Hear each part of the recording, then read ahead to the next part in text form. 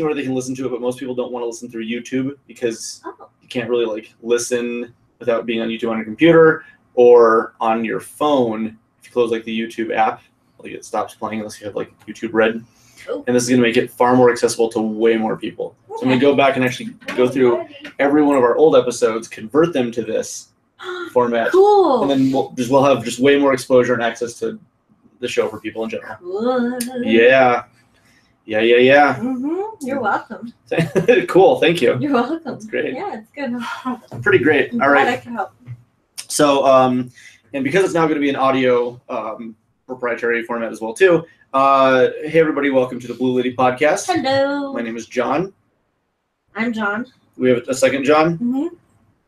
I'm Girl John. Girl John and I'm Ariel. Ariel. You messed up the pattern. Yeah. Okay. You did. There's the Donkey Kong voice again.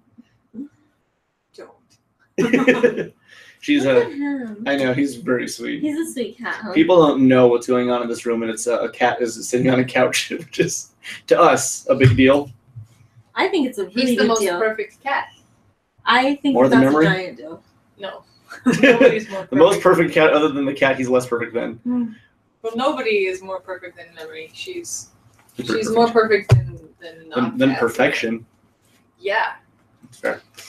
So we've got a pretty good one tonight. We have like an anonymous write in that Ariel's going to help us with, and it's a pretty in-depth situation. I feel it'll be a really good conversation. A lot to discuss regarding. I mean, do you want to sort of sum it up? I think that might sort of be easiest. I'll do my best. It's kind of a lot to sum up. Okay. So 8 words or less.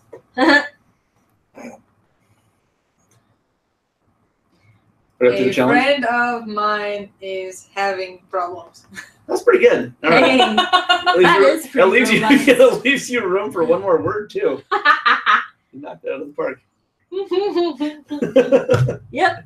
Yeah, it's vague Yeah. and difficult. That's literally the show for the past almost 2 years, year and a half. So let's help this person. Let's. Do I get more words? You have one more left, so if you can. Can I use an acronym? A very long acronym with LGBTQ. Oh, okay, that's fair. That's Oh, fair. okay. There you go. Okay. Sure. I thought you were going to describe the rest of the issue in one gigantic But that acronym. pretty much tosses it, but I mean, like the entire question. Literally, like 10,000 words acronym, and then we have to that decipher. would not work. No. Okay. Um, So yeah, that's fine. Looks like I'm not sure I follow. yeah, I was given a limitation. That's I feel like I don't really know. See, I always put my faith in you to be able to put the pieces together. I can't. I know. I can't and I don't. It was misplaced faith. Misplaced faith. Yeah.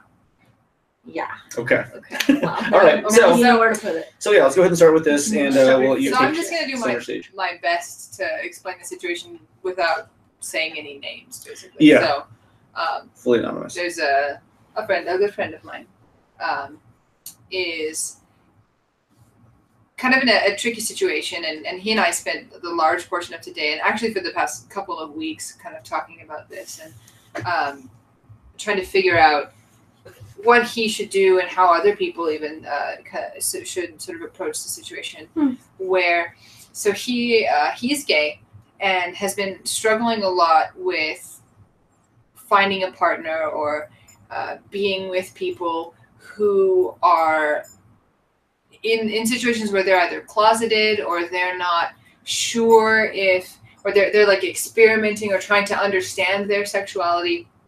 And what ends up happening in each situation, and there are a couple really specific ones I'll mention here in a minute, but to kind of give you an idea, is basically they're not sure if they're gay or bi, and they end up using a lot of that privilege and that mobility of currently being at least presenting as straight to hurt him in the end, as kind of like, but I'm straight. Oh, but I'm straight, even though it's like, well, you're not that straight because we hooked up, or that sort of thing, like, or well, you're doing one thing, you're accessing my world, but you're living in this one. And so they're exploring on his time. At his expense. At his expense. Yeah. And what a lot of the discussion we've been having is, like, if you're trying to figure out your sexuality. If you're trying to figure, we're not saying that you can't, because obviously there's kind of a learning curve. If you think you might be bisexual, if you think you might be gay, but you're not sure, or if you're in the closet, which is of course a very tricky or a difficult place to exist,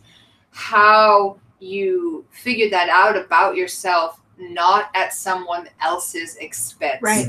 Like, how do you do that, and how does that work? Because our world doesn't really play to that, doesn't really help people feel like they should be allowed to do that. So I'll read a couple of these text messages. So he said, it really sparks a question in me about how a person is supposed to explore their sexuality without harming others. And I think it really draws attention to how privilege, mobility, and power are at play in situations like this.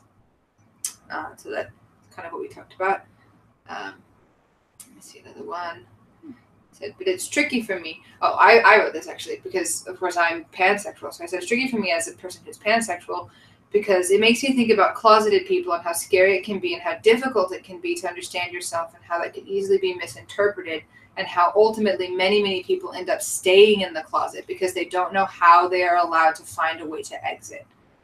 And he said that he completely understands that because he was once in the closet at some point as well. And that's why he thinks he sticks around people who are in these situations because he wants to empathize. But he thinks there's a fine line between being there for someone and wanting to protect himself and his dignity. That's a good place to start, I think. What do you think about that?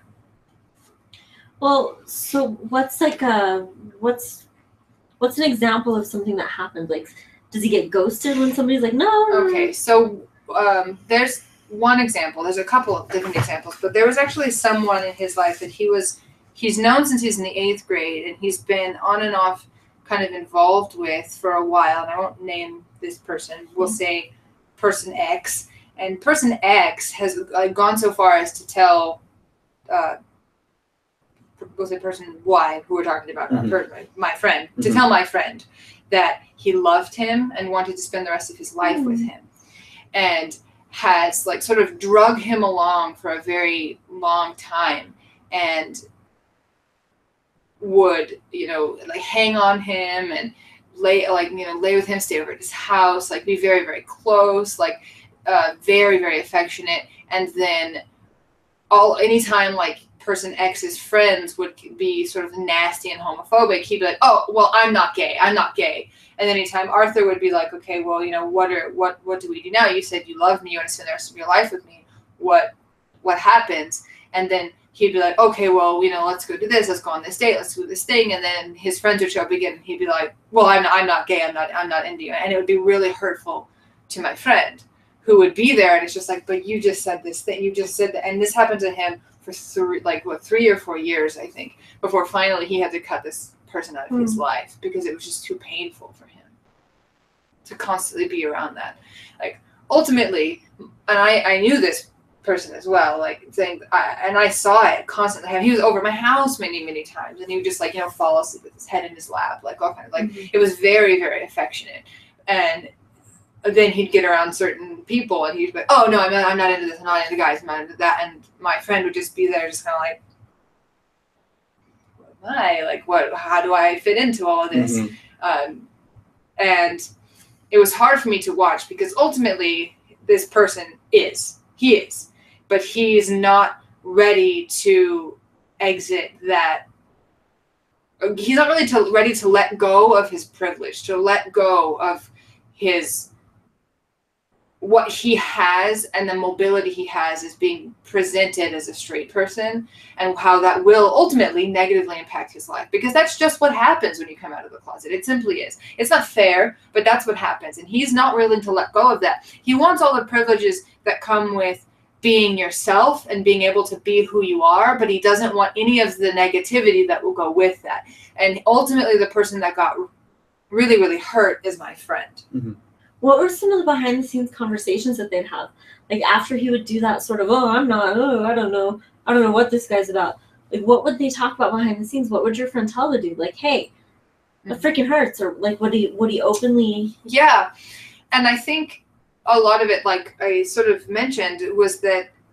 my friend understands how difficult it can be to try and understand yourself and to be in the closet, and how painful it can be when people don't understand. And so a lot of the difficulty is like how much are you supposed to withstand of someone struggling through that? How much do you have to put up with at the expense of your dignity and your self-care before it's just too much and you have to step back and say, I can't do this anymore. I understand my value. And are you harming that person who's also clearly in pain and clearly struggling and clearly having a hard time as well? Like, this is unfortunately a very ugly situation on all ends. Like, it's not like my friend and I are sitting here saying, oh, this person is evil because of what they've done to me, because that is clearly not the case. So it's not like we think there's one clearly white side and one clearly wrong side. We know that this is complicated and that both sides are suffering. Sure. It's just, I don't know. It's tricky. It's very, very tricky. Yeah, because you don't want to discount another person's pain or experience, because people, unfortunately, will do things that hurt themselves and others in a learning process. The problem is at the expense of others. Like, I mean, when do we let go so they can learn on their own behalf without involving us needlessly? Right. Yeah, that's very hard. Yeah, and it's also something that we've talked about quite a bit, not necessarily in the LGBTQ vein, but just in the human using of one another, taking advantage of one another, not knowing that you're taking advantage of someone, not knowing that you're actually just totally screwing with somebody. Like, we've talked about it in those terms, but I think that adds another component to it, because like you said, I mean, socially it's just, it's more negative to come out than it is to, I'm heterosexual. I mean, like, there's more negative repercussions if I come out as homosexual than if I'm like, yeah, no, I'm straight. Yeah, if you go to a party and you go, man, I love, you're a dude, and you say, I love banging chicks, nobody says anything weird. But the moment you come out and say, hey, I like this guy, I'm a guy, like, it becomes like there's an elephant in the room. Suddenly there's who's judging me for this? Who's looking at me weird? Who's going to allow it? Who's going to disallow it? And what kind of feedback am I going to get now? Yeah, so there's other variables at play. And I mean, it makes, so I don't know.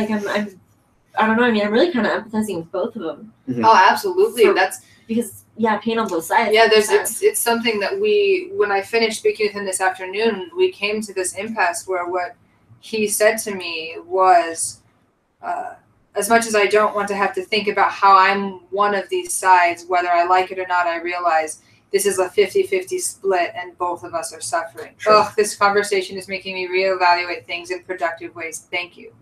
Like, it's not fun to have to think that this is everybody loses. Yeah, because we're on the receiving end, it's easy to think that, I'm in pain, how could this person hurt me like this? Right, and clearly, and I mean, there's the saying that hurt people. And so what could be going through this, person's life and mind and difficulties at home or with family or, other friends that's causing him to act out and, recess himself just so much to where it's hurting your friend. Yeah. Yeah. So what was ultimately the breaking point? I'm trying to remember. You said exactly. You said he did distance himself, or he did. Yeah, there were a couple of different ones. There were a couple times where he was like, I can't do it anymore.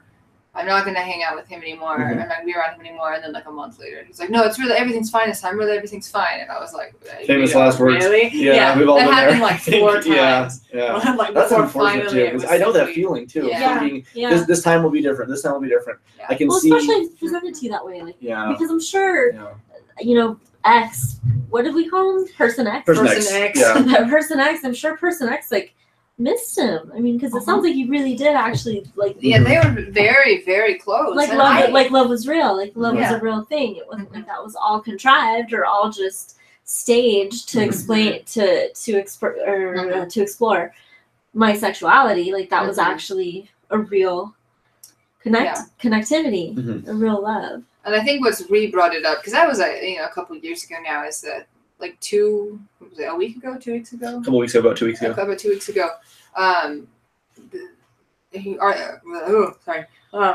my friend Mm-hmm. ran into some guy that he had like a 1 or 2 night stand with, who then after like the 2 days that they had like spent together was then like, oh sorry, I'm not into guys. And it's like, really? So multiple times this has happened. Yeah. Yeah. And then it's been like a person X wasn't the first one, and now person Z came into the same thing. Yeah. Yeah. And then it was like, wait a second. And so it kind of like, and it reminded him. And so what happened, it was over. And then he ran into this person Z at a bar a couple weeks ago. Mm-hmm. And the guy was like, oh yeah, I just think you're really cool. And I'm just thinking, I'm really like accepting of, the whole gay thing. This is what he said to my friends. Like, I'm really accepting of the whole gay thing. And I was thinking, like maybe I'd just try things out, but I'm actually straight. And Arthur felt very used in that situation. And it was, I even felt very uncomfortable by that, because like when I was going through like trying to understand myself and like what my orientation was and how I understood who I was, it never occurred to me to do that at anyone's expense. Right. So like person X is clearly struggling, is in the closet, is having a very hard time. Person Z sucks. Like, I don't know how else to say that. Like, you're really like, I mean, maybe they have their own struggle, their own thing, whatever, but they did that in a shitty way. Uh-huh. And so, unfortunately for my friend, like, he seems to continuously be on the receiving end of that kind of behavior. Right. And what he's really struggling with right now, and what we've been talking about a lot recently, is he's not sure what he has to do in his behavior, in his like presentation and his behavior towards people, to not have that keep happening. Sure. Because if it happens once, it's like that was an unfortunate situation. Happens the second time, it's like, what am I doing wrong? The third, fourth, the more it happens, happening to him. Yeah, then it definitely takes a blow. Is he able to really clearly identify and articulate what he wants? Does he want like a monogamous, lifelong, mutually, like, what does he want? I think that's what he wants, as far as I've been able to ever communicate with him. Yeah. Okay. Yeah, I mean, because I'm wondering, like, does he have, something like that in mind that's really specific, or is he like, I just want to be involved with people that know what they're doing, or know what they want to be doing. Like what is his, you know what I mean by that? Because, I mean, because I can want to not be used for somebody's exploration turf, but that doesn't necessarily mean that I don't want, that I want anything exclusive, or that I want somebody that wants to be like in love with me or something like that. So I'm just wondering about that too. If he's made himself clear. Yeah. Is he clear within his own self about what it is that he's really, really wanting? I think that for the most part, the answer to that is yes. If I were to make any kind of comment on his, whether what he may or may not make clear, I think that he does have some issues with like possibly long-term, like understanding long-term commitment. I think he can be a little bit flaky. And that's probably more to do with trust. I think that sometimes he doesn't believe in like trust for a long-term commitment, because like he backs away in order to not be hurt. Yes. Okay. Like when it comes down to long-term commitment, because he's been in some relationships for like 3 or 4 months, and then he gets like freaked out and afraid and will sort of back off. But that's the closest thing that I've seen as far as like being unclear, as sort of like his presentation towards people. Okay. And the reason that I asked that is because, there is this invariable factor of, if I'm really clear about what I want, then I'm more likely to make my interpersonal decisions based on whether or not it points at what it is that I want. You know what I mean by that? So, I don't know if that makes sense how I put that. Like, if I know that I want something casual, then I'm gonna be looking for who fits this bill with me. Or if I'm looking for something serious, who fits this bill? Or if I'm looking for somebody really self-aware, who fits this bill? I'm going to be looking for the those signs and so forth. So I don't know that I would say so much like his own presentation, but what is it that he's looking at being presented, and what is he doing to filter his perception of what he's seeing in front of him? Mm-hmm. Do you know what I mean by that? And- Not so much like, oh, you need to present yourself more Mhm. this, that, or the other, Mm-hmm. but I would almost venture that that's probably being overdone. Like, how do I come off so that I only attract da da da, Mhm. rather than like him being selective, Mhm. him being, you know what I'm saying, like aiming the selection that way, not as much that way. We've had conversations about mental energy and, you know, putting out what you actually want and what you're going to attract. Because if you feel as if you're not worthwhile, ultimately you will attract things that will perpetuate that. Sure. And Well, that, he's attracting things that perpetuate why not to trust people. Mm-hmm. Yeah. So there's something that I was thinking about, and I hadn't spoken to him about this yet, because I think I wanted to talk maybe with you guys a bit about it Mhm. first. sure.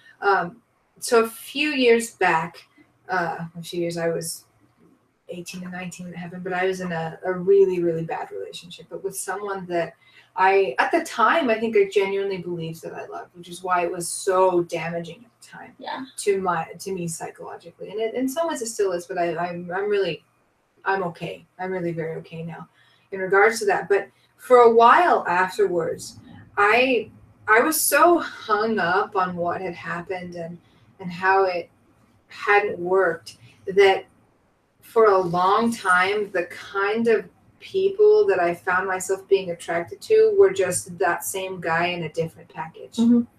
The exact same type of person Mm-hmm. in a different box. And I ended up ultimately being single for a very long time because I caught myself doing that for a while. And I was like, I cannot trust myself to make a decision because I'm making the same wrong decision Okay. over and over Yeah. and over.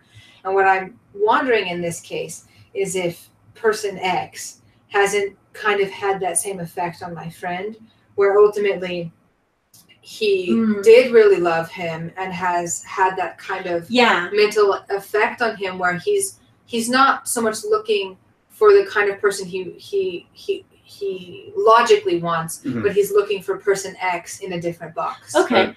I like how And- you put that, yeah. And over and over and over again, that's what he's Okay, going to keep perfect. finding.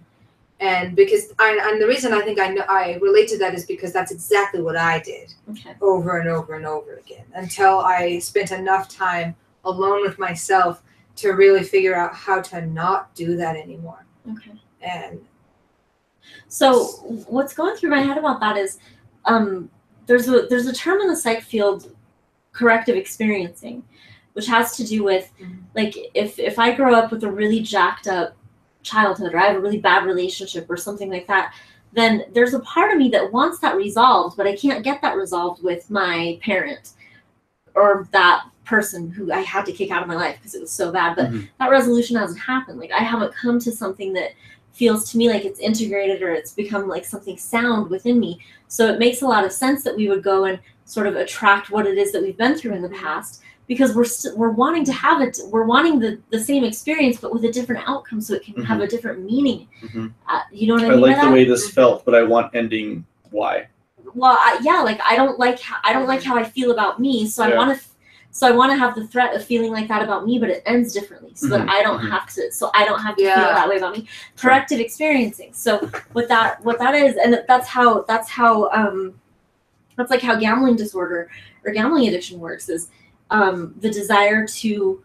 So when there's that loss and it feels horrible, like wanting to recorrect, like wanting to replay that again and again and again and again, and see if I can have a different outcome and feel better than this tank that I do each and every time, tanking low.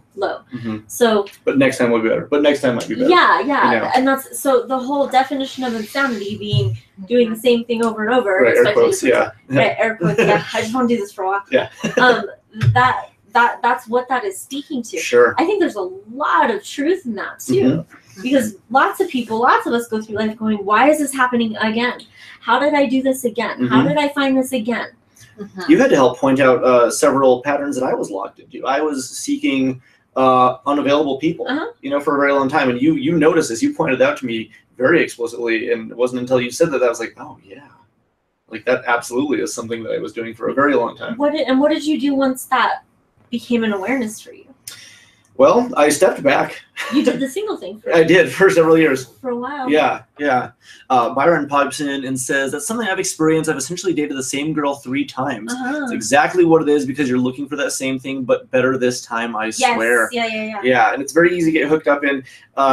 The observation that I've made about most people that I know, myself very much included, is objectively you can look on the outside at somebody and go, man, I can see the problem. I know what needs to be done, and it's so easy to identify. When you're in that situation, it is a very different perspective, and you think, yeah, but it's different, I promise. You always find the reasons why this one's different. All the time. Well, and they're usually like those I don't know if I want to say decoys, but those things that seem like evidence are usually there because there are variations in every individual person. So somebody can look different when they're not different at all. I'm gonna poop on 10 different people, but I promise number 10 will be the one that lets me, like, she won't break up with me. I'm gonna poop on her. I hope that's the case for you. I hope so too. No. I mean, you just gotta try until you find out. No. No, we've discussed this actually. It's very much this is slightly tangential, but slightly. I mean, well, you know, like John wants to talk about poop real quick. Kinda. Finding people of a specialty interest before the days of like internet must have been a heck of a battle. You know, like because how do you find that person when you have this? Because I mean, I'm going to say 100 years ago, someone had that interest. It's not exclusive to like right now. It's not exclusive to 20 years ago. Yeah, people loved to do that back in the day. Some people, I'm sure somebody did. I'm sure. Right, absolutely. So how do you find the second party who wants to involve themselves and go, you know what? I'll let you. Like, or do you just take like a really big gamble, and if it doesn't work, you just say, well, clearly she wasn't the one. She wasn't. I don't know. So. Let's see. And Emily actually says, I don't know, for the first time because I found my true love the first time. And that's spectacular. You know, not everybody gets that opportunity. So I feel it's a very special and amazing opportunity to find somebody who complements your life like that. We're still, says Toaster, oh, well, this is similar, but if it's bad, I'll know better this time. I'll know better. How many times have you told that to yourself in a situation that clearly, you know, like,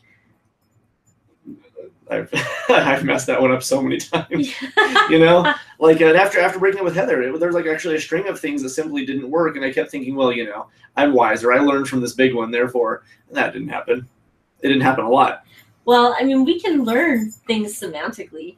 I mean, I can learn something and know the right answer. Yeah, right, yeah. We do that a lot. Yep. And then we find the way to justify why it doesn't quite apply to this situation. Yeah. So let's skirt it a little bit. Yeah. And then when it blows up and, you know, blows up in our face, then we're like, oh, yeah, I saw that from the beginning.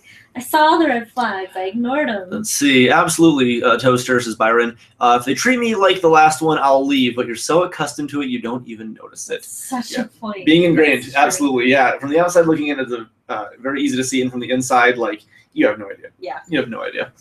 I've never had this mindset because I always put those people aside. I don't want to deal with the pain anymore, so I try to find someone new. Okay. Who said that? Dark Dawn. I never had this mindset before because I always put those people aside. I don't want to deal with the pain anymore, so I try to find someone new. Does that mean, like, as soon as something becomes problematic, you put them away immediately? Or if things get too hairy, like, overall, or you use somebody new to try to escape the pain? I'm just sort of curious about what that means entirely. And Ariel, I mean, going back to persons X and Y and Z in those situations, I wonder how explicitly, like, person X would go to person Y and, like, hey, I recognize that you're exploring something.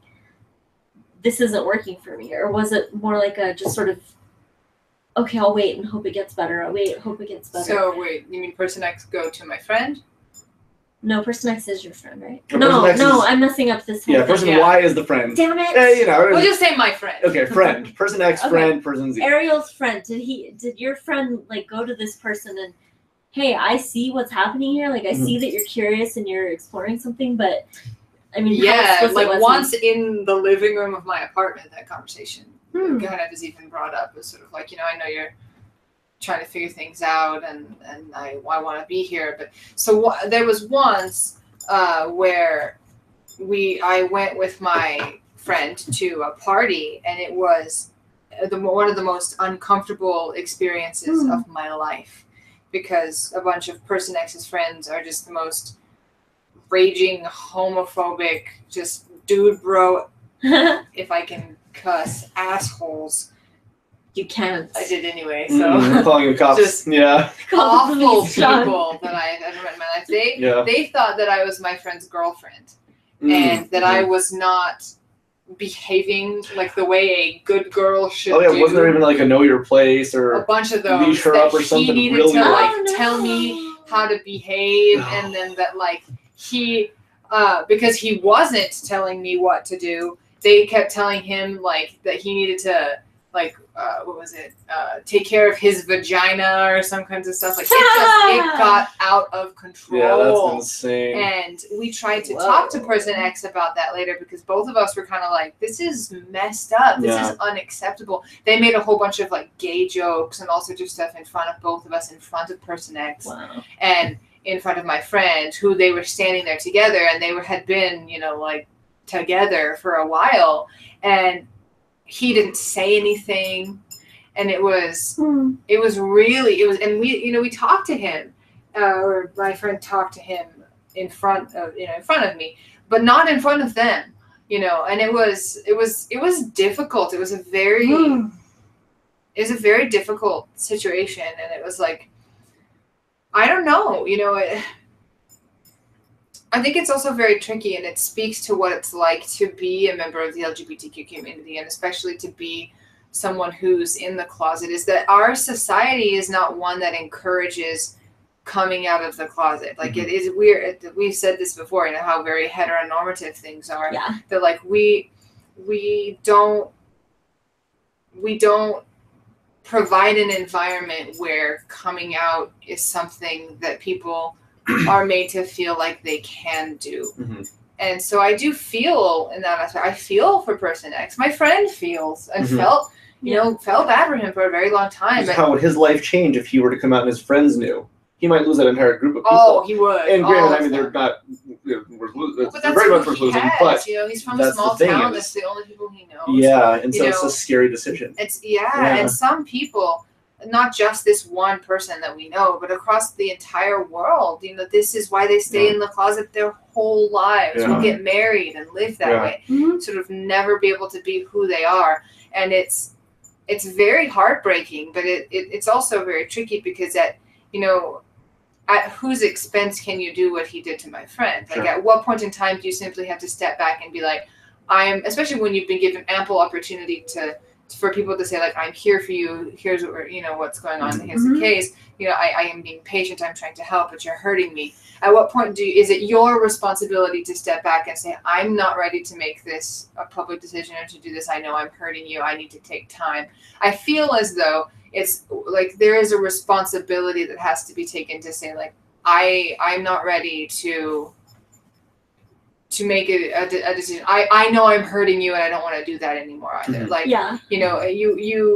If you're going to make the decision to stay where you're comfortable and you feel safe, don't hurt other people while you do that. Yeah. Sure. Yeah. Yeah. So an interesting follow-up by Dark Dawn, actually saying, I honestly feel like trying to heal any wound done by a past relationship is pointless, because sooner or later those feelings would leak out and cause those wounds to reopen. It's happened to me.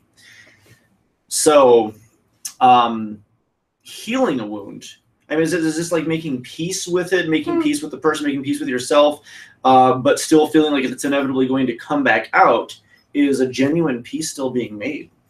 I have a way of looking at that sort of differently, where I'm not a big fan of it can be helpful for people, or people can want to, but I'm not a big fan personally of I'm going to sit there and I'm going to dig through every past thing that ever hurt me, so that I can touch each wound and see if it's still infected. And I don't have a tendency to do that, but what I do like to do is, as I'm in my present, or as I'm moving towards my future, is what's going on, what have I brought with me that I know that I should handle differently this time. Because when I address something in the now that's healthier than I maybe did 3 years ago. Mhm. I actually do some healing of 3 years ago. I Mhm. do some resolving of 3 years ago. Mhm. That if I'm doing the present, current, self-aware, highest good searching and deciding, Mhm. then I can't help but heal old Mhm. wounds. Like it's a byproduct Mhm. when I approach something differently now. Mhm. Do you know what I mean? Yeah. I don't think it's necessary to, I need to write the whole story out of what happened. I need to tell my whole past history to this new person. Mhm. I don't think that's necessarily helpful. I mean, maybe for somebody, it's not for me. Mhm. For me, it's not. For Sure. me, it actually is very much in the present, and in the present moment is when I heal the past. Mhm. That's a really great way to put it. Byron follows up with this. If I may, I would imagine that's because you were never truly healed. Dark Dawn says, well, I'm trying to find closure, honestly. Yeah. Closure. Yeah. If I may, I would imagine that's because you were never truly healed. As someone who's been through a lot of different trauma, relationship-based or otherwise, that which I've healed from doesn't return, and that's true to both what I've suffered in relationships and other aspects of my life. We were discussing this the other day regarding a post I had made about is there anything a human can do that is genuinely and absolutely unforgivable? Unforgivable. And it sparked a really interesting conversation, and there's a lot of things that came up as sort of like universally, you're a worse person than me if you've done this kind of posts.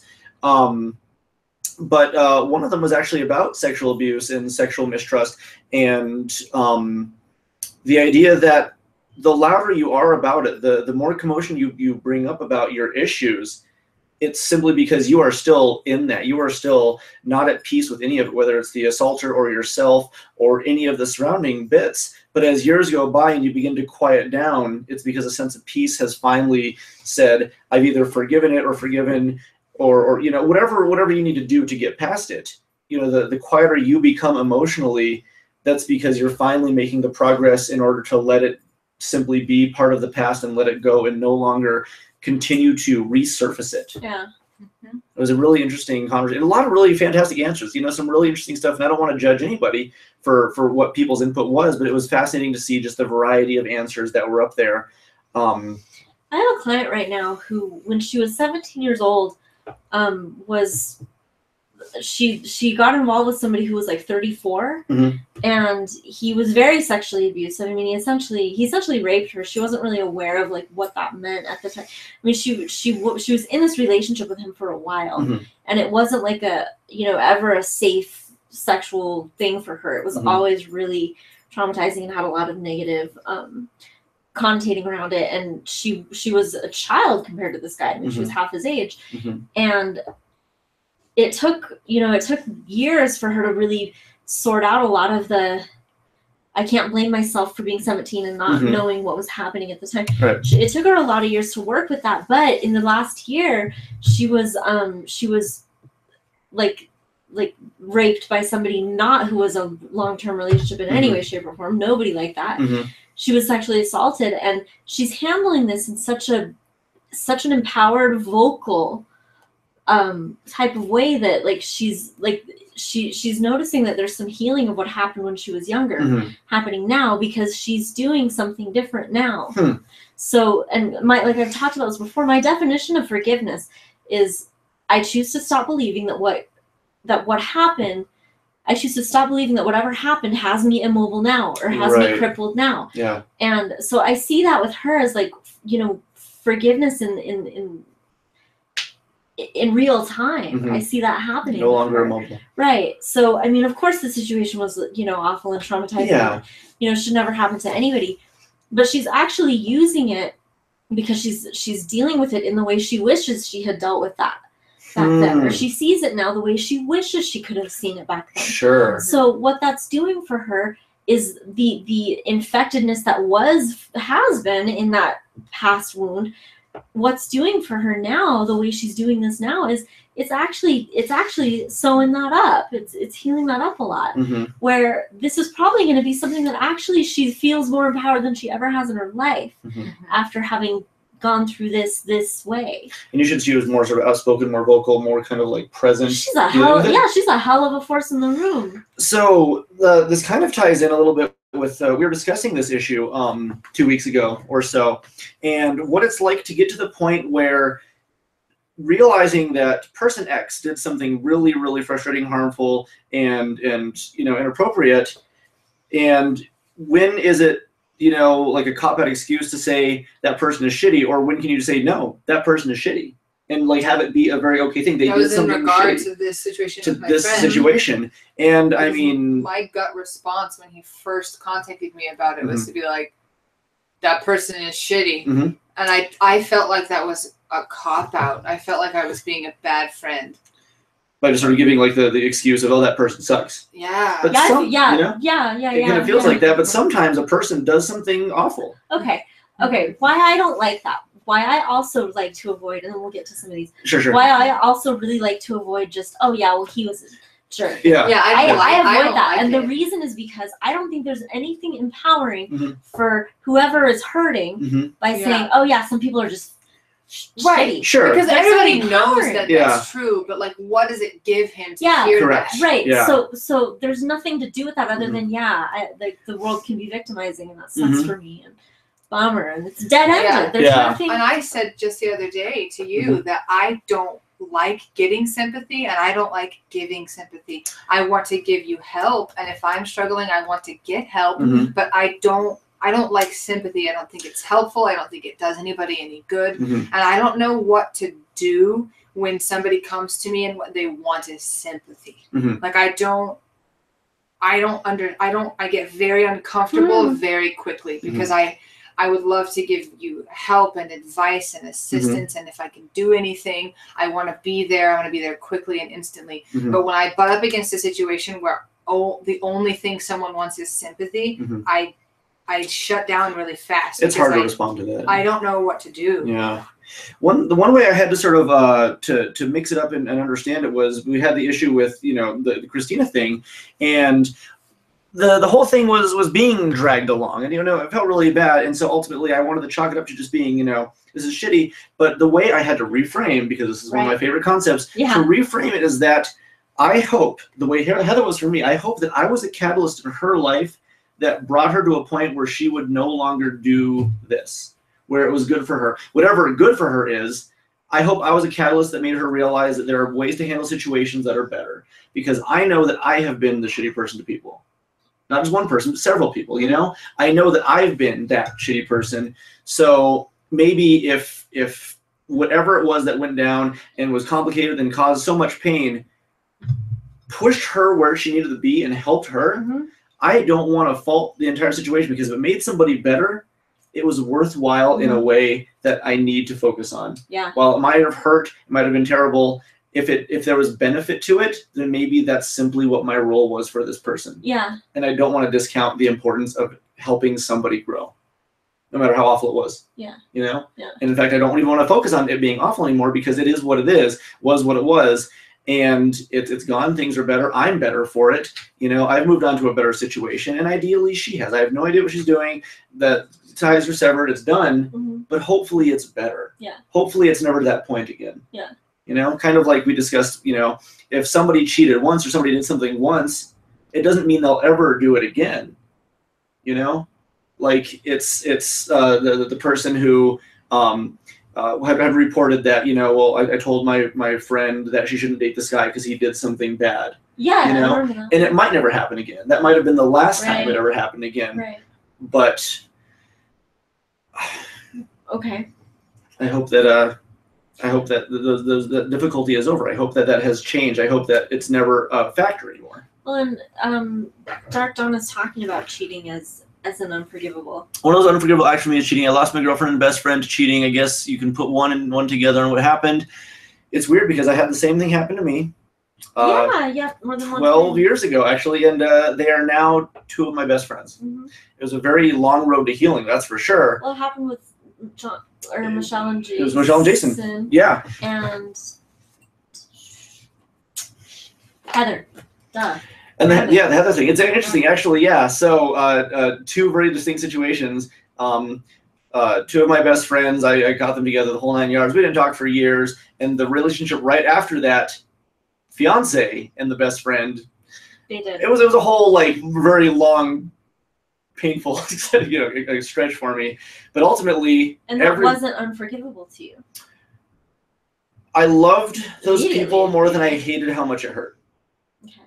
And I needed peace for myself. I wanted them to be well. I wanted them to find success. And if they truly loved each other, they've been together for 12 years now, Jason and Michelle. And I would, when we sat down and I even talked to them, and it was years later, we sat here for hours and hours and just chatted and chatted.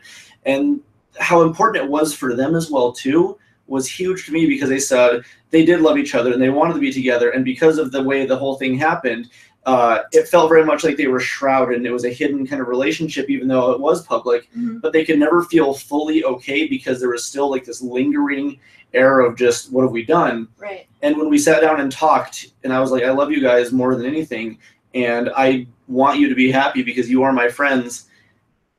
And I think it was a huge relief for them to finally come to terms in peace and not have it sort of be like this weird, secretive, sordid affair, because it wasn't any longer. It was done. It was over. They were together. They still are. I'm very, very happy for them, and it's fantastic.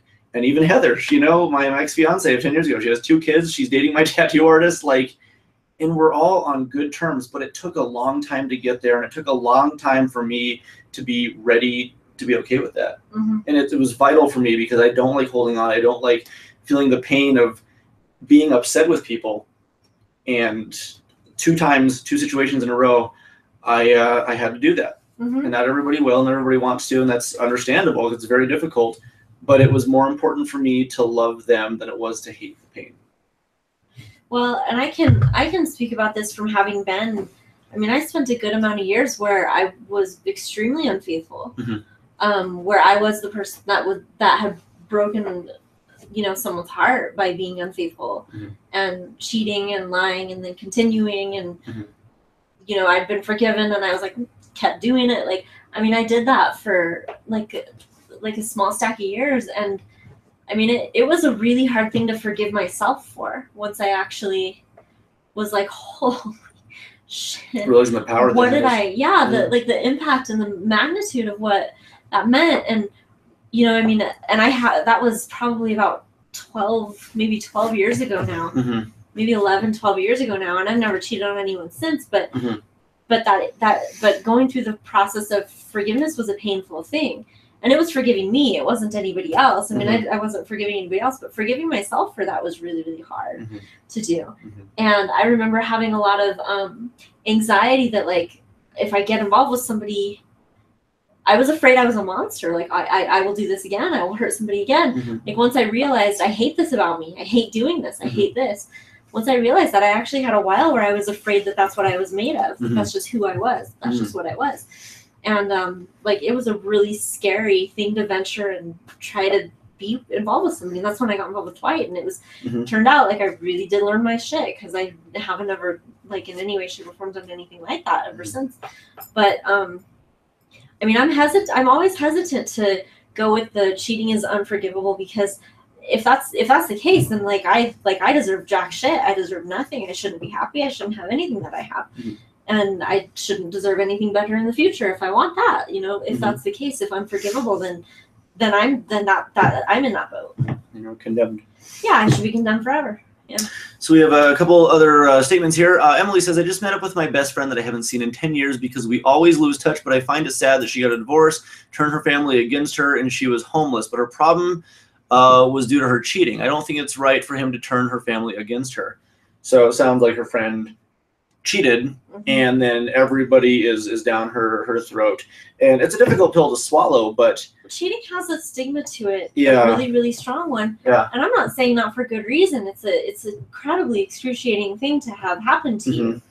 So I'm not saying not for good reason, but also, like we were saying before, sympathy it's similar to, sympathy, a form of sympathy is taking something that happened and compounding it and making sure everybody else feels that about that person too. You cheated and I hate you for it. I'm going to make sure everybody that I know feels the same way about you. That's going out and getting as much sympathy as possible to agree with your sentiment about that person. And I don't think that's healing or empowering either. I feel like most cases, sympathy is just not a helpful I believe that too. thing. I agree with that. There's so much power in empathizing with people, understanding where they come from and why their decisions are made and why anything happens, and that way you can empathize with the person who was cheated on and the person who cheated. Mhm. And the power of empathy is so much more important than trying to sympathize. Because if you try and sympathize with the situation, it's destructive as It's sort of blind loyalty. If you try to It's sympathize blind. with it, it's like putting more poison into a bucket of poison. Right. Yeah, it's blind. As opposed to whereas empathy is a lot more informed and, Yeah. and it's a lot more faithful. It seeks to- understanding. Yeah. It seeks to Well, understand. it's faithful to the highest good. It's faithful to the true essence of someone, Mhm. not to this event that's happened at this point in life, but Mhm. the overall meaning and arch of who you are and what you want your life to be meaning and what significance do you want to be assigned to this bad thing that happened. Sure. I mean, I think empathy is a really empowering thing. This is very good. So Wow. Dark Dawn follows up too with you should never destroy someone's life for active cheating by doing something like that. But you should at least understand what type of pain your previous partner was feeling when you commit this act Yeah. of cheating. Yeah. I mean, to be cognizant, and that's what was hard about the Heather thing is because she knew everything that had happened. And instead of like just straight up breaking up with me and saying, you know, this is done, I'm going off in this direction, that would have hurt. Absolutely. But it would have hurt a hell of a lot less than the way things went down. And it sounds like being cognizant of what a person's history is, it's important. It's important to take into effect, but I guess if you're not ready to step into something with somebody and you're not willing to like commit to like, you know, their needs and their sensitivities, maybe just don't get involved. You know, Uh-huh. like that's really, Which is what we're talking about with persons X and Y. yeah, Is if you're like, don't get involved. yeah. They You know? need to, you know, figure things out of their own accord and not that hurts somebody else. Yeah. You know, because that's, I feel super bad for your friend because it's a blow to the esteem. It's a blow to the morale to feel like, well, this person did it to me and this person did it to me. This person did it to me. This is why I'm so undesirable is because I have this common denominator that sucks and apparently that's what everybody sees. Yeah. Yeah. And it's tricky because another thing that he and I talked about today, because and well, part of what he was asking me is because he was worried that it might have been something to do with like being bisexual, being pansexual, or something, because Mhm. he's gay. So Sure, he was yeah, like, yeah. is it maybe something about liking, you know, girls and boys? Is something that, you know, that I don't understand? And I was like, you know, if I'm honest with you, I don't even understand the like need to to physically explore something. I went through a period of time where I spent a lot of time in my head and like thinking about stuff a lot and sort of needing to understand myself conceptually. But there came a point in time where it was like, I'm attracted to men and women and I know that and I don't need anybody to help me figure that. I know. Mhm. I don't like it. I know. Yeah. Like, and I asked Arthur, I was like, when you knew that you were gay, did you need to like someone help you figure that out? Yeah, did you have to have something? Did you have to stick your thing in some dude's butt to know that? Yeah. Yeah, yeah. And he's like, No. no. I'm Yeah. like, exactly. Like, so Right. where my hang up, honestly, in this whole situation is, as far as the whole like needing like Okay. to explore and figure things out, is my hang up is that I want to be sympathetic or even or empathetic in essence. I want to, of course, you know, my heart goes out to people who are struggling, but it's tricky for me because I don't understand the need to like be with another person to figure it out for even an extended period of time, to spend 2 nights sleeping with a guy to figure out that, oh, I guess I'm straight. Like, Mhm. what the hell? Like, if you weren't sure, like, I really don't understand Mhm. because I don't need to try it to figure out if I know I find someone attractive or don't. Mm-hmm. Like, if I like, it's really difficult for me to empathize with that. So Yeah. it's hard for me to wrap my mind around that. Like, I don't know what else to say. Like, That's hard because I can't imagine from being a perspective where that is how you need to do it. yeah, You like, know? I mean, you just know that you're straight, right? Yeah. You just know. Yeah. No, Yeah. I just know. Like, Yeah. it's I not- didn't need to have sex with somebody before I was 18 to know that I liked boys when I was 9. Yeah, Wow. it's very hard for me to like sit here. And I think what I told Arthur, I was like, Mhm. I had a hang up for a little while, and it was entirely due to the fact that I was resisting what I already knew from the time I was really young, Mm-hmm. because I live in a society that tells me it's not okay. And the hang up was 100% due to that. Okay. And so, and it was all in my head. And it was like, well, no, because I do also like guys, and I know that the part of me that is attracted to women and is attracted to pretty much anybody, it's like, well, that can't be right. I do like guys. I must be straight. And so I was in my head a bit for a while when I was younger, because it was like, well, this, it was very, I struggled with that, and it was 100% societally projected onto me. And eventually I was like, no, fuck it, whatever. Like, and I just kind of embraced that this is who I am. Like, but I didn't need to experiment to figure that out. I just needed to kind of let it go and accept that, like, what was going on in my head was it was fine. Yeah. And that some people weren't going to like it, and those people can fuck off. Like, sorry, I keep cussing on your podcast, but you say worse. It's frustrating, you know? And so when I do see somebody who's, I guess, kind of abusing that mobility to, like, experiment with someone and then pull away and come and pull away and come and pull, it's like, what are you doing? Yeah, because if you wanted to communicate with somebody very actively, like, hey, I don't know what I'm doing. I don't know what's going on. I don't know how I feel. Yeah. I want you to know that I'm in a place of complete confusion and maybe pain. Are you willing to experience this with me, with the understanding that, like, there's no guarantee of what this might be? Communicate that very loudly, because there are people out there equally as willing to learn and understand, but it has to be noted so that somebody's expectations not afterwards. Not afterwards. No. Preemptively, entirely. Yeah.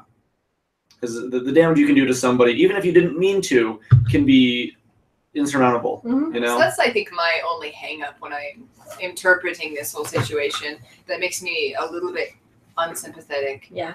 Is it's kind of like, I don't understand. Certainly.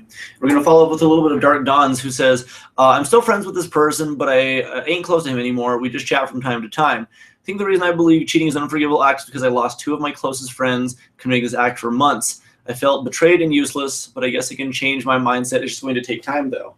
So we are definitely not here to say, hey, we're doing the right thing, you're doing the wrong thing, because that's simply not how we function here. Yeah, I mean, I certainly don't take personally if someone does find cheating unforgivable. Yeah, it's really... Lots of people feel that way, actually. And I mean, if that's something that for me, I mean, I have healed that guilt in me or something like that. I've dealt with that. So actually, it doesn't bother me at all if someone does find that unforgivable. Because we don't want to discount the pain. Yeah, I can completely honor that, because there was a long time where I thought cheating was unforgivable and I didn't forgive me. So, I mean, I'm in no way, shape, or form saying, like, oh, this is the right way to feel about that or something. I'm just saying that's where I'm at this point. Absolutely. And if I didn't forgive me, then I would be toast. I mean, if somebody else doesn't forgive me, that really doesn't make me toast. It doesn't make me anything. That makes me be somebody that other people can have an opinion about, sure, but that doesn't actually mean much to me about how I feel about me. It doesn't have to. So, I mean, regardless of how somebody feels about it, by all means, like, I honor how you feel about it, like, absolutely. And if that's where it's at for you, then I wouldn't want you to change that. If that's what is helping you right now is to feel that way and see it that way, then by all means feel and see it that way. Yeah, if letting go is what's best for you, then let go. If you're holding somebody holding on, even, because it takes time sometimes to let go of something. Like, years can be. Just because it's the right thing to forgive everybody for everything. Yeah. I'm doing a lot of that tonight. Yeah. Just because it's the right answer doesn't mean it's the now answer all the time. It can be the later answer or the never answer or the whatever answer. Whatever is appropriate and makes the most sense. Yeah. And figure out what's best for your soul, and if it makes sense for your soul to be okay with that. Well, one of the things we were talking about maybe yesterday or the other day when we were driving was the fact that when it comes to things being unforgivable or what's too much, kind of, is that we have such a long time to be alive on this earth that somebody can make a mistake when they're 25, and the trouble with people is we judge each other for it, and sometimes people can make a decision that a mistake or and notice it being a bad thing. A bad thing that someone can do when they're very, very young, we'll say even 20. They have so much of their life to rectify that, to still be alive and to change and to do better Right. and to come out the other side and to become a better person. And we're so quick to say you can never come back from that. You hit the pinnacle of unforgivable sin. Mhm. It's like, no way. For the next 80 years, do you For the think next- you'll never be a good person again? Yeah, it's like Are you that. totally It's done? simply untrue. That There makes is me think of in my opinion, there is nothing that's too far Me Mhm. too. for a person. There's simply nothing that Yeah. you can't come off the other side from.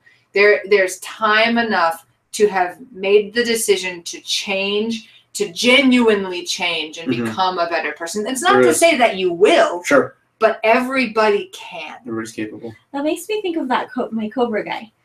Yeah. Like, who my one, like, probably the love of my life favorite client of all time, who hi Richard says, living proof. on Living spot. proof. Yeah. Yeah, incidentally, Mhm. one of the most wonderful men that we Yeah. ever had the privilege of knowing has done a 180.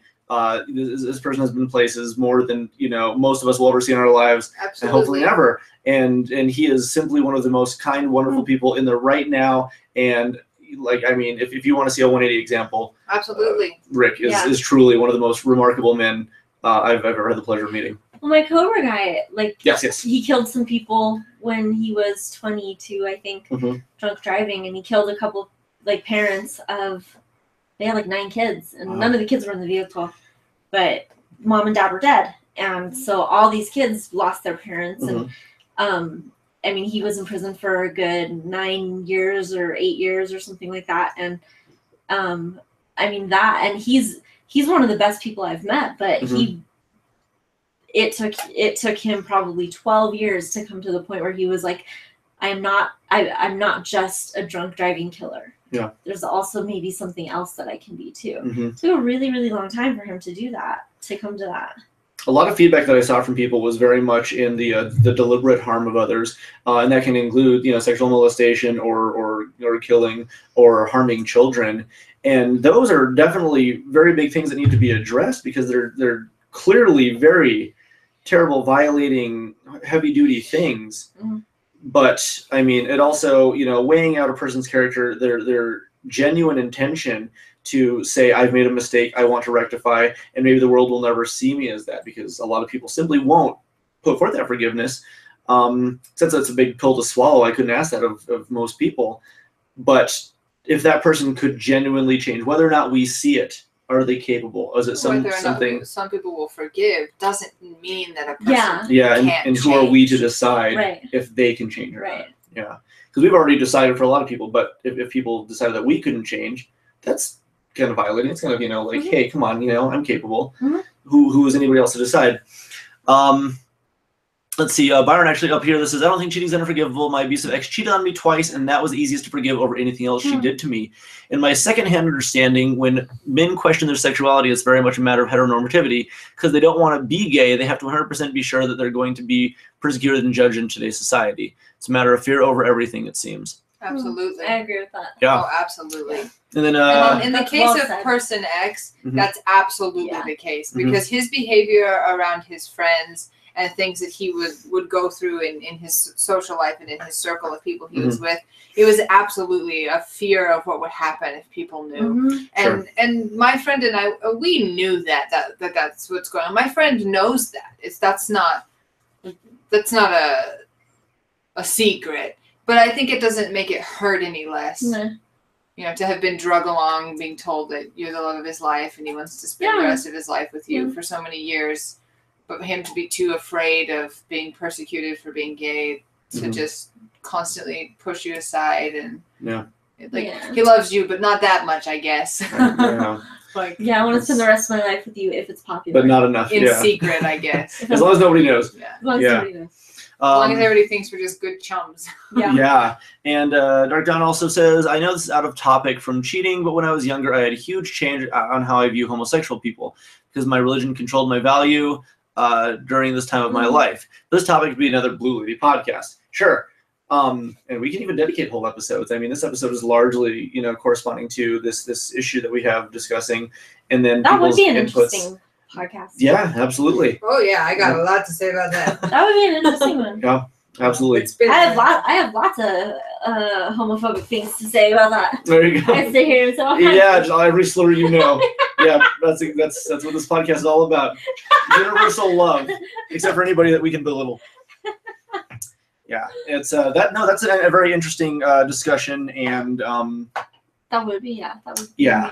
Yeah, I think it'd be very, very good, and hopefully very, very, warm and inviting, and anybody who's sort of been on the fence about how they feel. I get really up in arms though, like Sure. Don't be homophobic. I get really mad. Like I'm not very neutral about it. Yeah, no, and it's a very good thing to be really outspoken about, because you're simply telling another human being that they are lesser.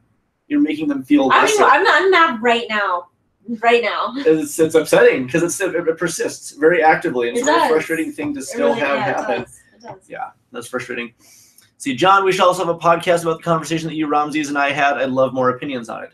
Yeah, that would actually be a really good one too. That was sort of like about social normatives and racist comments. There was a YouTuber recently, and I'll just brush up on this very briefly. A YouTuber recently who's the most subscribed to YouTuber period, like 57 million subscribers, something ludicrous. Okay. And he was playing a video game online as this dude from Sweden.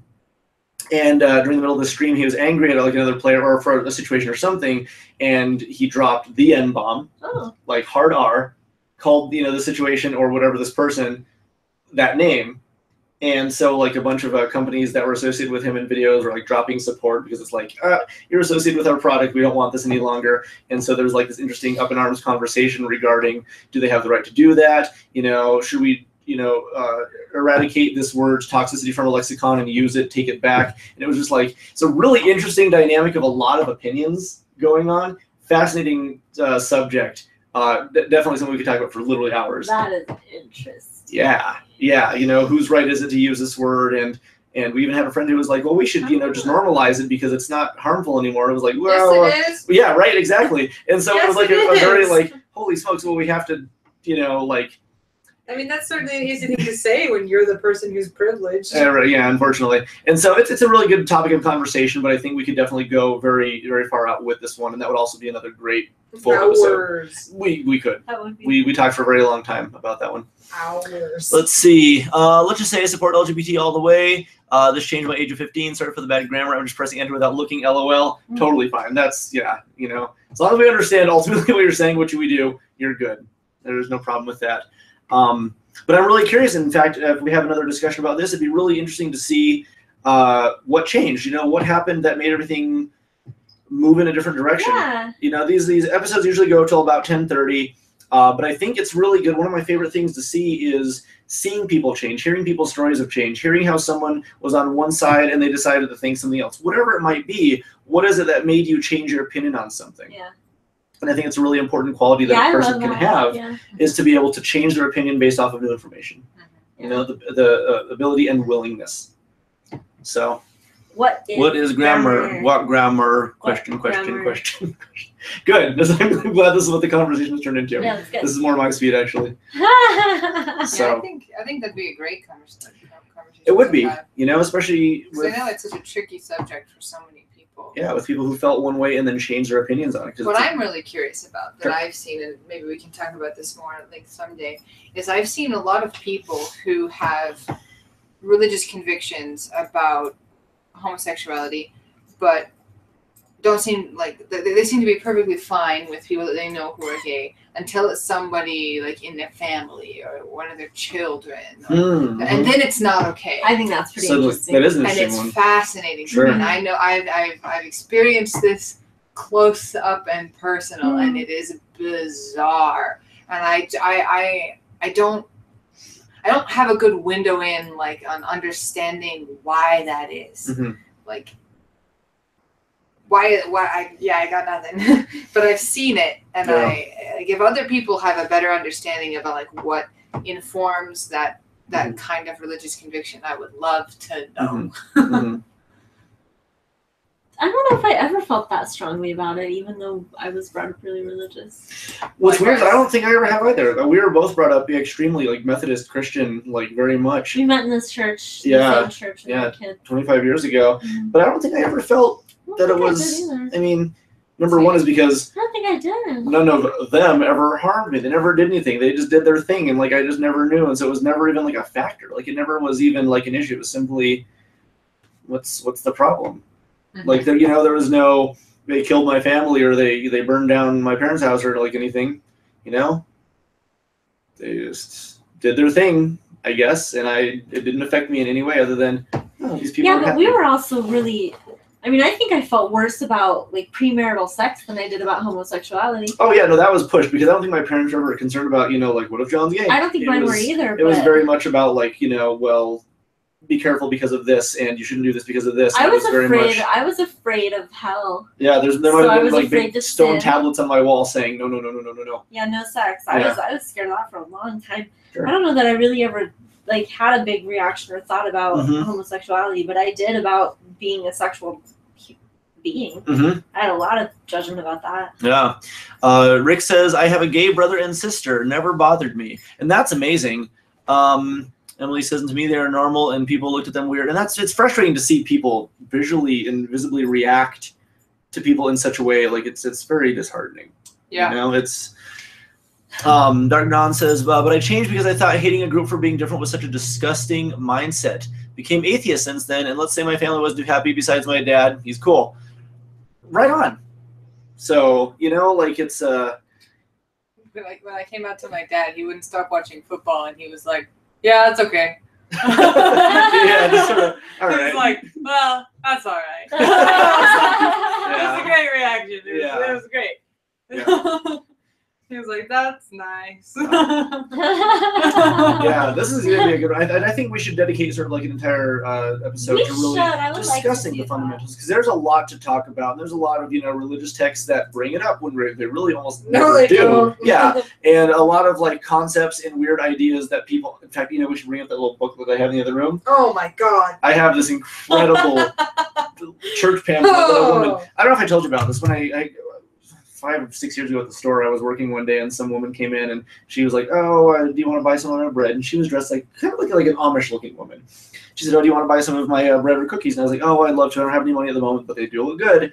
And then she goes, "So what are those tattoos in your body?" I said, "Oh, well, these are my favorite video game characters." She goes, "Well, they're gonna make you go to hell, right?" And I said, "Well, whatever it is between me and the big J, like I'll figure it out. So don't worry about it. Thank you, though. Have a nice day." And so she left. And then this customer was over like in the corner, like looking at a case, and he just started giggling. I was like, "Yeah, I don't know. Larry. This is a really weird situation." And then suddenly the door like pops open, and this pamphlet flies into the store, and then I watch her like speed walk away, and I was like, "All right." So I walked over and I grabbed it, and I just found it a couple days ago, and it's What called was it? The Homosexual Balancing Act, and it's this huge book about how literally everything a human does is like the devil's tool, and it's hilarious. The problem, it's hilarious for one, but the other problem is it's also very damaging because there's probably a lot of people who look at this and go, "Yeah, that's all right." And it's Or really, they go, "This is why I will never come anywhere near religion." yeah. So it's a very really damaging, piece of literature, but it feels like it's pure satire because it's so over the top, but it's upsetting because it's not. It's it's really some bizarre. people really like prescribe to that, and what's tricky is because like I'm a spiritual person. John's a spiritual person. Like Yeah. me and homie Jesus, like we get along really well, and I don't find that like who I am Mm-hmm. conflicts in any way Mhm. with Yeah. my spiritual beliefs, with my religious beliefs. Mhm. And when I see stuff like that, and I know that there are some crazies out there that are really wildly, radical in what they believe, Mhm. and I just ignore them because that's not my thing. That's not what I believe. That's not my religion. That's not my Jesus. That's not my God. That's Mhm. not any of that crap. Mhm. I don't pay attention to it. But what upsets me when I see it is I know that people who are not familiar with it at all, who have never been to a church that doesn't have its head stuck up its butt or any of that sort of thing, they don't realize that this doesn't have to be it. This is like Jesus was a real rad dude. Like Yeah. he said, like Yeah, he love was each a other. badass. He He was said, a like, total badass. He was a badass. He was like, Yeah. I love each other and Mhm. shit. Like it was cool. Yeah, Yeah. He did not say all homosexuals are going to hell. He never fucking said that ever. Nowhere even close to that. Yeah. And so when I see it, it upsets me because like I feel like I have a really good, close relationship with Christ, and we're cool. Jesus didn't give a shit that I'm pansexual. This dude doesn't care. Doesn't fucking care. And I see that pamphlet and it upsets me because I feel like my closeness with God is being sort of damaged by that. And then somebody else who is maybe who's uninformed is like me will never get to have something like I have because they're going to see that and they're going to walk away. Right. And I hate that because it's like, well, that sucks. Yeah. You know. Kellen says, John, you look very lovely tonight. Like a fraction as good as Michelle. Michelle, you always look great. And Ariel, you're off camera. Yep. My buddy Michael comes in, squeaks. Hi, John. Still love your face. My limited 2 cents based on what I've heard. There is a difference between the way you treat people and how one feels about issues. The two need not conflict. Squeaks is a very interesting guy. Actually, I really like his insights and input a lot. I think it's something we could look into as well. That is so weird, John. My uncle has a whole sleeve of Castlevania tats, and he wasn't allowed inside a church. He had the Prince of Darkness tattooed on himself, aka Dracula. So, I'm trying to think if I had anything that, like, if I walked into a church, they'd freak out. I'm more unlikely to actually, because all the churches I've been to have been really cool, but I'm more unlikely to be able to walk into a bathhouse in Japan because they'll think I'm Yakuza. Like fully, completely true. Like, this is probably completely prohibited. In some places, like, we'll say you have a tattoo, you're nice. I had too many tattoos, and I don't have very many tattoos. Yeah. When I was in Japan. Let's see. When you both cross your arms, I feel like I'm going to get yelled at. Oh, so you son of a... I can't believe you're talking to your mother like that. I just one of those things. I'm upset with Rick. Well, yeah. I know, we're going to yell. We're going to yell at him for what? I'm going to play the melodica.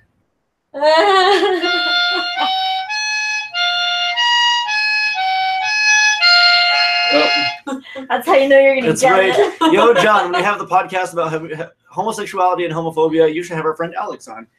Yeah, we've got one of our buddies who he comes to the store all the time. He's a really good friend of mine, and I think he'd be a really interesting guest to have on.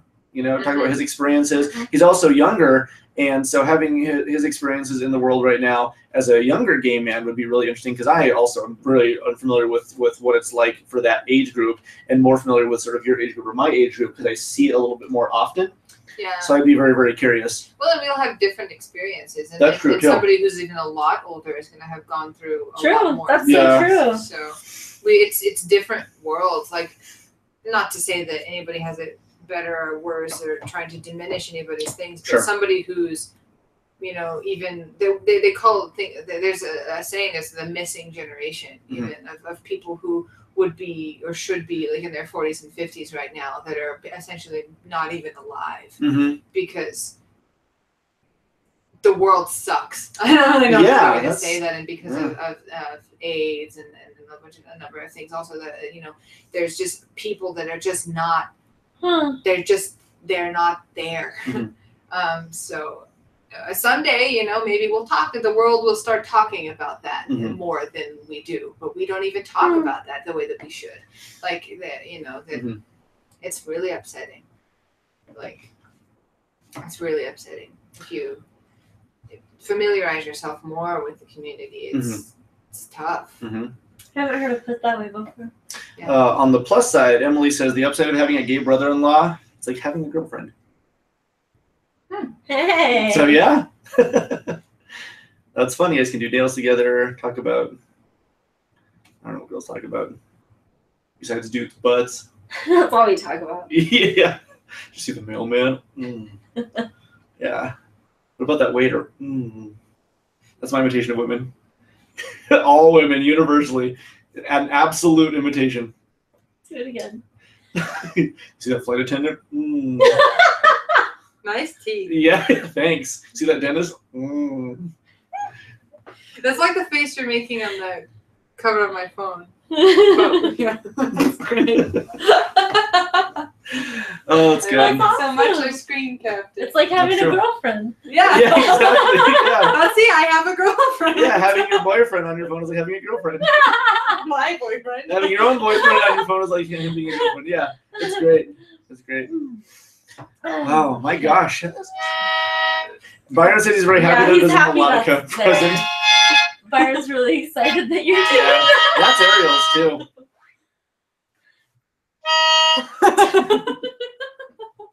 The audio version of this is going to be great. John is my favorite girl. Mine too. Well, thank you. Thank you. My question is, why is it even be a question? Not that he wouldn't be an interesting guest, but why is it necessary that heterosexuals question homosexual about why are they the way they are? And I think it's less about why are you the way you are, but what is your experience like? I think it's more interesting to get a perspective of something that I do not know. It's a perspective that I am unfamiliar with, and I have limited exposure, simply being to, friends or friends of friends. But I think sometimes simply hearing what somebody has to say about what it's like for them. Yeah. Yeah. Not to be hearing like, what turned you gay, man? Like nothing along those lines. But Well, I'm interested to. I mean, I've always wished I could really understand what's it feel like to be anybody. What's it feel like to be you? Sure. Versus you. Versus, Yeah. you And know. that Yeah, what a is very your life different experience like? And when it comes down to any kind of perspective, or particularly when it comes to understanding discrimination and privilege, that kind of thing, you can't sit from a position of privilege and discuss discrimination and try and think you understand. Like Yeah. it doesn't work like that. Yeah. It was kind of when we were talking the other day about the whole. Can I say his name? Like the YouTuber. oh yeah, I can say his name. yeah. The whole PewDiePie thing. Yeah. Like when we were talking about that Mhm. the other day, like we can definitely sit on our little ivory tower and talk about privilege, but like we don't understand what it feels like to be a person of color who suffers from hearing the N-word. Like we don't understand it, Yeah. Let's pull, like bring in somebody who can talk about that and understand it. So in that case, bringing in like members of the LGBTQ community, like we can talk about that. Yeah. We can talk about why it's hard, or why things hurt, or how it feels to have had to come out to people that didn't accept us, or how the relationships are different, or how things are simply not the same. And it's not like an oddity, or like like you said, like what turned you gay. Like it's not. That's not what I think it ever is about. No. It's definitely more like what is your experience? Yeah. How are you? Yeah. What are you feeling? Why are things different? What's something significant to say about this that we could maybe say right now? Sure. And like, I mean, the times that you and I have talked about just being female, like John is always here, but absolutely, but always sort of yields while we talk about Yeah. being because it's female. just simply something that can't be contributed to in the same. I couldn't tell you what it's like to be a guy. Right. Yeah. From a wider perspective, what's it like to be anybody else? Yeah, for sure. From literally a background we do not have. Mhm. On any level, on any level it could be. Let's see. Good point. Any aspect of a person that can be fluid, such as how much they enjoy pizza, all the way up to personality traits themselves. Yeah. It's always based on their experiences. Yeah. Absolutely. So I mean, really anybody can be interested. Byron's is back off. Yeah. I gave him those dueling piano tickets for us. You're not invited. I got some dueling piano tickets. Oh. For me and Byron. So, but yeah, I think simply, I mean, it's like the reason that we had Rick on the show. It's the reason, Ramses was on the show and we got a perspective that he offered. Yeah. Literally anybody. And sometimes, having the ability to just say, how has life been for you based on you? Yeah. Because I mean, from my perspective, there's a lot of things where people go. I had a friend. We're sitting down at a dinner one night a couple of years ago after this big tournament, and we were sitting at this table, eating buffalo wings, and he goes, "So John, you're white, right?" And I was like, And I looked at him. And he goes, "Well, I mean, like you were like raised white." Yeah, I remember and I was you like, saying that. Interesting, really interesting way to put it. So Raised That doesn't white. make you white. I mean, a white person can adopt a black person. That It makes doesn't them make white. them white. That's- That's but- how you become white. that's- It's yeah, not exactly. how that Just works. get Adopted by some white people, and you're gonna be white. Michael Jackson. What?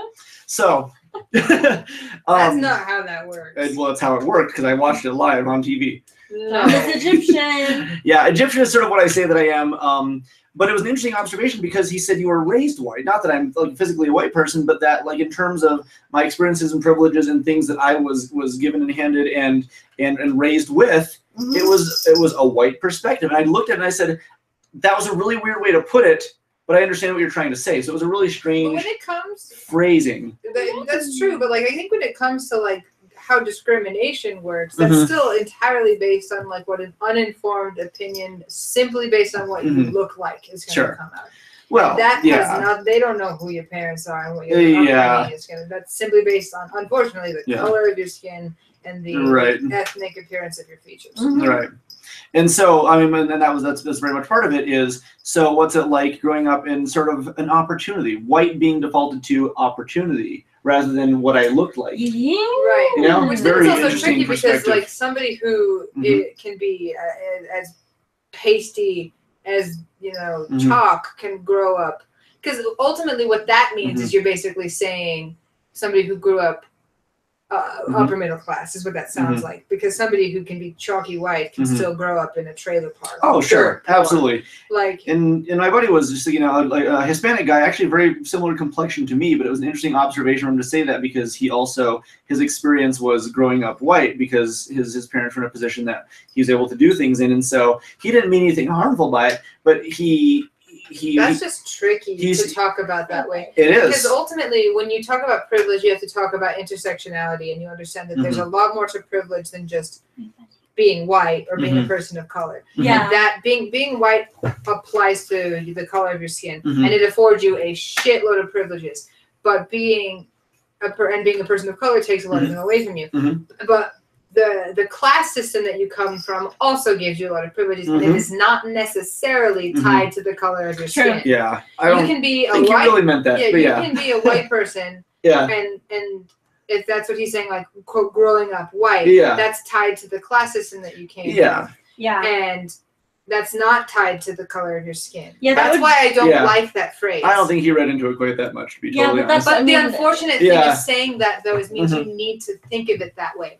Because there are people who grow up, who are people of color that grow up really wealthy, and there are people of color who grow up very, very poor, and they do not have the same struggles as someone who is white and grows up very, very poor. The people who are white have more privileges, and there are people who are. So it's just different, and you can't write it off as simply saying like, oh well, this is like, it's not that simple. And I don't like people who want to make it sound simple, because there's just so much more to privilege than this blanketed thing. Like there's what color is your skin, how much money do you make, what languages do you speak, how much do you weigh, how healthy are you, can you walk, like what's your gender, how old are you right now, how old are you, what's your sexual orientation, what's your gender identity, like God, there's so much that goes into it, and people that don't want to think about all of those things frustrate me a lot. Especially like, if you want to bring up the conversation of privilege and you don't really want to talk about intersectional privilege, I don't want to talk to you about privilege. I think it's a flaw to classify traits as white in the first place or privilege as white. Class is absolutely correct. Thumbs up to the mysterious voice. So there you go. Let's see. And Kellen also says, but because heterosexuality is the quote-unquote norm, why should we question a homosexual? If it is a lesbian, I feel we accept that. The norm, quote-unquote, is shoved into our homosexuals, so why so interested in their lifestyle? And so I don't know if, that's quite what we're going for. I don't understand. I just had a dirty thought and shouldn't have. And all right. I don't understand Sorry, that at all. I need to hear it again because I was thinking other things. Okay. But because heterosexuality is the norm, why should we question a homosexual? If it is lesbian, I feel we accept that. The norm is shoved onto homosexuals, so why so interested in their lifestyle? I think it's more interested in their perspective. I'm feeling that it's a perspective issue rather than simply, like, why are you gay? What's it like to be gay? In terms of, like, objectiveness, but, like, in terms of, like, what has your life been like? What kind of, I want to know what people have felt in terms of acceptance, or, just being able to walk somewhere or do something or say something, or, what kind of things have been done that have made you feel ostracized simply for a characteristic that should go unnoticed by everybody else. I also don't, I'm to be honest, I don't entirely understand the comment. What do you mean by lesbian is normal? So lesbian is a lot more acceptable if it's the porno kissing women version. Like it's in society, it's much easier to accept that than somebody who prefers it as lifestyle. It's a visual norm, where two women kissing is like totally right on. Whereas, two women being in a relationship is like, ooh, there's still like a weird resistance to it based on the homophobic I end. wonder if that's like specifically from like a heterosexual man perspective. Oh yeah. Because what's interesting is like the other day we were watching that David Lynch film, and a lot of like the other people in the room were like weirdly vocally uncomfortable about it because you left the room and talked to the security guard. Oh right. And after the film was over, people were like mulling about really loudly because of that. Because there was a film of lesbians in it. Yeah. And it was strange to me because they're like, oh, that's nothing for me. I didn't like that. I was kind of like, what the fuck? It's a film. Like, so I wonder if. Well, I think what's normed is like that it's that lesbian is displayed as like a sexual consumption for men. It's fetishized. Yeah, not that like, love between lesbians is necessarily because it's not. Because it's not. Yeah, right. And it's something even that like. But we like to look at that. Yeah. We definitely talk about even in the LGBTQ community. Like one of the big things that gets talked about is like who's controlling the conversation. When it even comes to like what's vocal about LGBTQ rights and basically that, like who's controlling the conversation, who's talking for us. And the biggest thing that we say that everybody pretty much knows is the top of the totem pole is the white cisgendered gay man. Yes, white cisgendered gay man is who controls the conversation. It's not lesbians, not at all. They're much farther down the list, much farther down the list.